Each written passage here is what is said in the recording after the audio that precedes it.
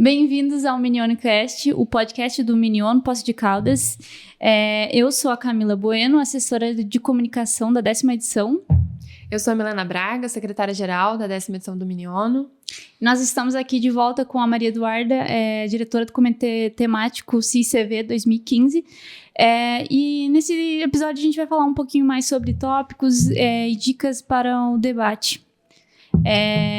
Então, os temas relevantes da conferência. Então, eu vou iniciar a conversa, Maria Eduarda, perguntando quais seriam os temas relevantes de início, assim, de geral, para quem vai estar no seu comitê. Acho que eu segui muito a linha, realmente, do que foi discutido na conferência real. Então, foram discutidos 3 tópicos principais, que foram, primeiramente, a modernização do direito humanitário internacional, que foi originalmente criado para ser usado em contexto de guerra, mas que hoje tem muitos desafios, principalmente pelo que a gente já discutiu no primeiro episódio, que foi os conflitos modernos, o aumento de guerras assimétricas, grupos não estatais e tecnologias novas, como drones e também cyberataques. Então,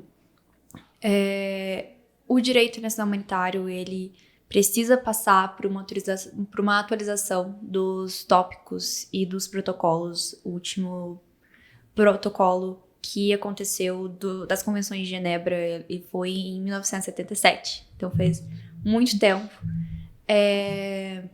Além disso, também precisa passar por uma ampliação da proteção aos civis e aos voluntários, o reconhecimento de novos atores e também de um esforço para a disseminação do DIH.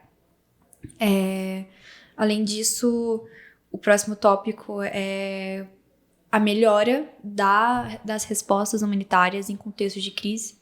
Então, precisa ser discutido a cooperação entre os estados e as organizações, principalmente essa articulação entre os governos, as agências da ONU e os movimentos de ajuda humanitária,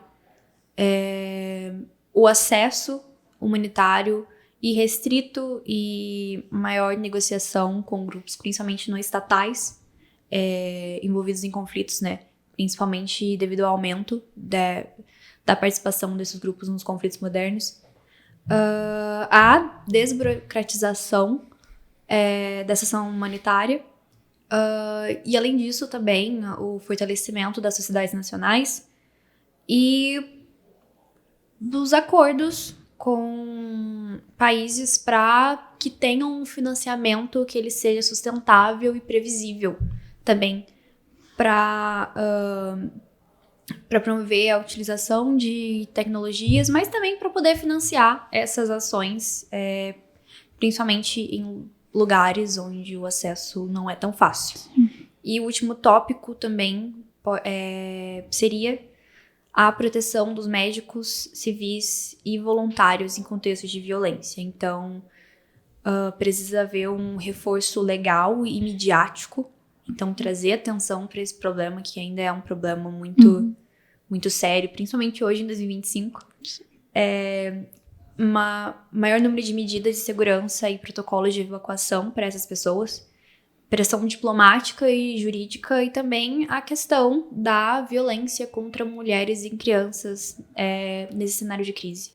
Temas muito importantes que você trouxe. Eu acho que quando a gente entrelaça essas 3 questões, faz muito mais sentido. E aí, se a gente pensar um pouco, né, no tópico 2 que você trouxe de como melhorar as respostas humanitárias em contexto de crise, algo que está acontecendo recentemente, em 2025, é a questão da Palestina, né, e que a gente teve a Flotilha da Liberdade, né, que é um movimento da organização civil.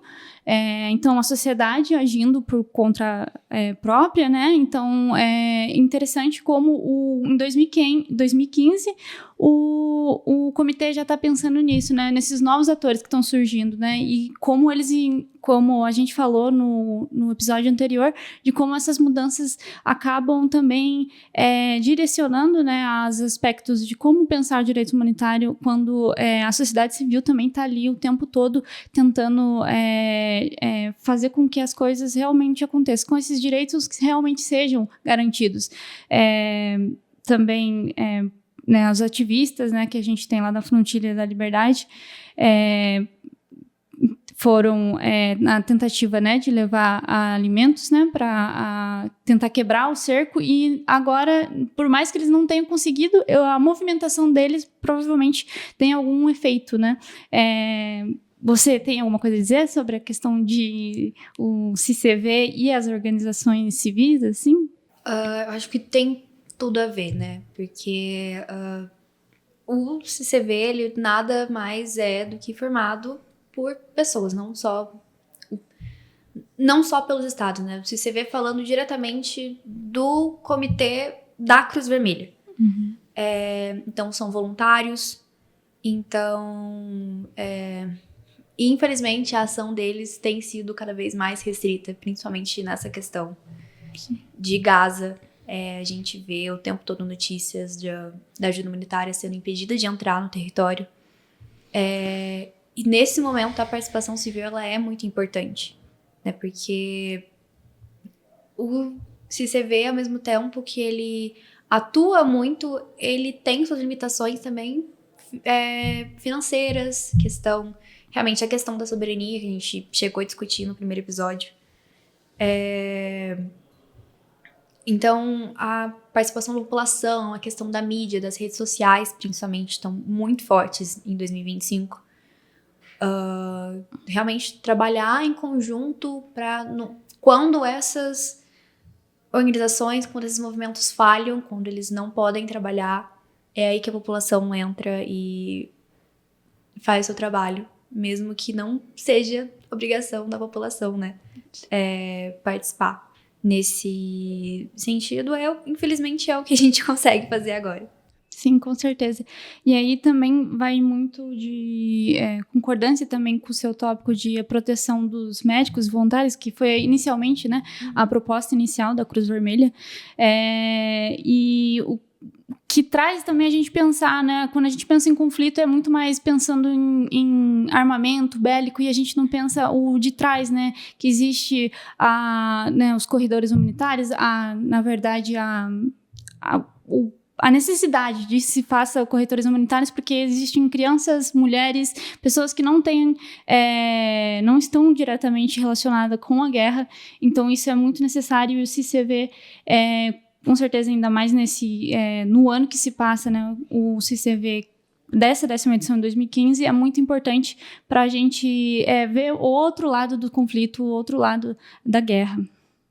Bom, é muito interessante isso que vocês comentaram.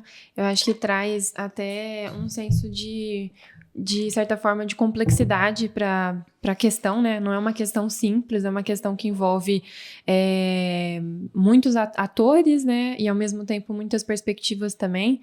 E, diante dessa complexidade e, ao mesmo tempo, da importância do seu comitê, acho que é legal a gente pensar aqui, né? Já que a gente está fazendo essa discussão para poder informar, né, os nossos delegados, maneiras de como a gente pode estudar para o seu comitê. E aí, pensando também que esse ano os tópicos de discussão, eles serão, né, a agenda do comitê será divulgada somente perto do dia, né?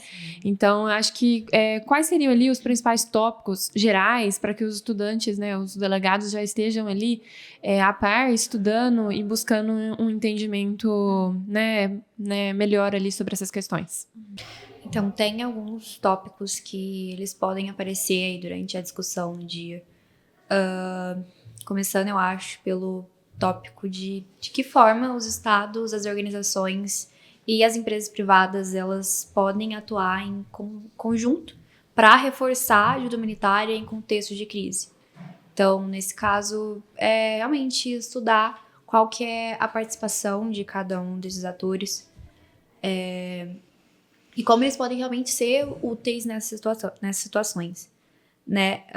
E seguindo nessa mesma linha, se questionar de que maneira o CICV e as sociedades nacionais elas podem atuar de forma mais eficaz nesses contextos, principalmente em áreas sobre controle de grupos armados não estatais e não reconhecidos internacionalmente. Que também é uma questão muito delicada, mas que deve ser discutida também, né? Então, o próximo seria como garantir que os recursos e a ajuda humanitária ela chegue às populações vulneráveis em áreas de difícil acesso, que foi algo que também já apareceu aqui. Então, quais são as medidas, quais são as ações que podem ser tomadas para poder facilitar essa movimentação de recursos e viabilização também, né, dessa ação. Além disso, também como adaptar o direito internacional humanitário às novas tecnologias de guerra, como o uso de drones, cyberataques e as armas autônomas, que hoje em dia, em 2025, a gente vê um aumento também na guerra da Ucrânia, principalmente, né? Mas que também já era uma discussão desde daquele momento, desde 2015, e que também é uma discussão que pode ser muito interessante ao ser inserida no debate. Então, o próximo é como incorporar as perspectivas das mulheres na formação e execução das ações humanitárias. Então, realmente pensar onde as mulheres estão inseridas, onde elas não estão inseridas e como isso afeta elas próprias, né?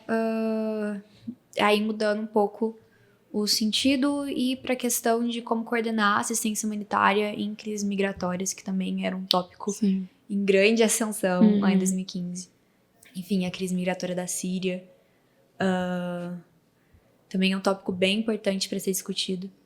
E também como o movimento ele pode auxiliar na reconstrução e na autossuficiência das comunidades afetadas, não só por conflitos, mas também por crises ambientais, crises migratórias, epidemias. E por fim, também como assegurar a neutralidade e a imparcialidade da ajuda humanitária em contextos politicamente polarizados, né? Que também acaba sendo um tópico importante e atual, que também vai ser muito interessante se for inserido no debate. Muito legal, Maria Eduarda. São questões bem, de certa forma, amplas, mas também específicas em alguns aspectos, né? E que eu acho que vai ser muito... elas vão ser muito pertinentes para ajudar o direcionamento dos estudos, né? Dos nossos delegados. Lembrando também que essas questões, elas também estão nos guias, né? Nos guias de estudo, que a gente vai falar. Inclusive, falando em guia de estudo, gostaria de perguntar, né? Quais são as fontes que você recomenda para que os estudantes se aprofundem nesses tópicos que você acabou de comentar, inclusive no guia de estudo. Como você falou, no próprio guia de estudos, né, que vai ser disponibilizado no nosso blog, vai ter muitas informações relevantes para serem estudadas, também uma aprofundação ali na questão do tema, no que é o comitê. Então, é uma fonte de estudo muito importante. Mas também os dossiês, que também vão ser disponibilizados no site, e os posts, que vão sair tanto no blog quanto no Instagram, com muitas informações que podem ser relevantes para serem usadas durante o debate. Mas, além disso, também artigos que o próprio site da Cruz Vermelha tem. Muitos artigos, ele tem uma biblioteca própria, então... com muita coisa interessante, se você pesquisar, tem coisas de outras reuniões, coisas sobre ações que eles fizeram, sobre temas específicos, sobre direitos humanos, sobre o próprio DIH, sobre as convenções de Genebra. Então, muita coisa mesmo. E também de outras organizações de direitos humanos, né, que atuam em conjunto e que também tem informações muito relevantes. Mas por fim, também a questão das notícias, né? Jornais, tanto brasileiros quanto internacionais. Então, procurar pesquisar e entender principalmente como o movimento atua, quais são os empecilhos para a ação, onde a Cruz Vermelha estava atuando nesse momento de 2015 e também nos anos anteriores, e quais eram os países e a sua participação nesse contexto de crise. Não, sim, e inclusive somado a isso, eu acredito que os delegados podem encontrar também documentários, né, sobre principalmente os conflitos, e ali dentro desses documentários de entender ali o papel da ajuda humanitária, né, alguns filmes também, né, a gente até estava comentando sobre aquele filme Até o Último Homem, né, que não sei se você já assistiu. Já é um filme muito bom, inclusive, para essa questão, né? Para trazer essa discussão sobre a sensibilização, né? Sobre a questão humanitária, né? Ele se recusar ali a pegar em uma arma ao ser convocado ao ser alistado para a Segunda Guerra Mundial, né? É uma decisão que envolve uma questão interior dele, mas que diz muito sobre como essa ajuda, muitas vezes, como essa ajuda, ela precisa ser pensada nesses contextos, porque se não for pensada, traz ali, de certa forma, instabilidade, né, pro contexto. Então, eu acho que é uma indicação muito boa também, além desses recursos, esses documentários, né, e esse filme também, acho que muito interessante também. E pensando nisso, você diria assim, quais seriam os assuntos ou os temas que os delegados devem se concentrar nessa etapa? Então, a partir disso, a partir desses temas, a partir dessas recomendações, quais seriam então, o que eles precisam se concentrar para poder estudar? Como estudar, né? Qual seria esse processo, sabe? Eu acredito que o primeiro ponto que eles devem estudar é sobre a sua delegação, né? A posição da sua delegação. É uma organização? É um país que financia? É um país neutro? É um país frágil? Esse é o primeiro ponto muito importante para que o debate seja produtivo. E, além disso, também procurar entender o que é o direito internacional humanitário e como ele funciona, né? Como ele protege as pessoas envolvidas nessas ações humanitárias. Quais são os empecilhos e as limitações, no sentido de estar ali discutindo com os estados, mas não somente isso, também quais momentos eles falharam, né? Então, realmente nessa questão da proteção contra civis, contra voluntários, a questão da violência sexual e de gênero durante os conflitos, e também os ataques contra as instalações médicas e infraestruturas civis durante os conflitos também são coisas muito importantes de se entender. Quais são as novas tecnologias em guerras e quais são os novos tipos de guerras, né? Procurar entender também os conflitos que estavam acontecendo. E, por fim, também, um tópico muito importante seria a atuação da Cruz Vermelha em outros momentos, nesse sentido de epidemias, migração, reconstrução de comunidades afetadas, enfim, um grande conjunto, mas também, acho que é isso, uma mistura dessas coisas, né? Que a gente já falou bastante aqui. Acho que tudo se for falar, acho que tudo é importante. Estudar tudo é importante, mas limitando, acho que esses são os 4 pontos mais importantes. Sim, nossa, eu acredito que com esses 2 episódios os delegados vão se sentir confiantes e preparados, de certa forma, para direcionar os seus estudos também. Antes de eu dar, né, os agradecimentos finais, você gostaria de deixar um recado para os delegados? Queria dizer que eu estou extremamente ansiosa para conhecer vocês, que eu espero que vocês não tenham se cansado de me ouvir falando sobre o comitê, porque eu realmente me empolgo muito, porque é um tema que eu gosto bastante. E gostaria de desejar para vocês bons estudos, e que vocês consigam se preparar e que não fiquem nervosos para a discussão. Gostaria de agradecer a comissão que me convidou para o episódio de hoje. Gostaria de agradecer o pessoal da Labicom, que se ofereceu para ajudar a gente também. E, enfim, eu sugiro que vocês acompanhem o nosso Instagram e o nosso blog,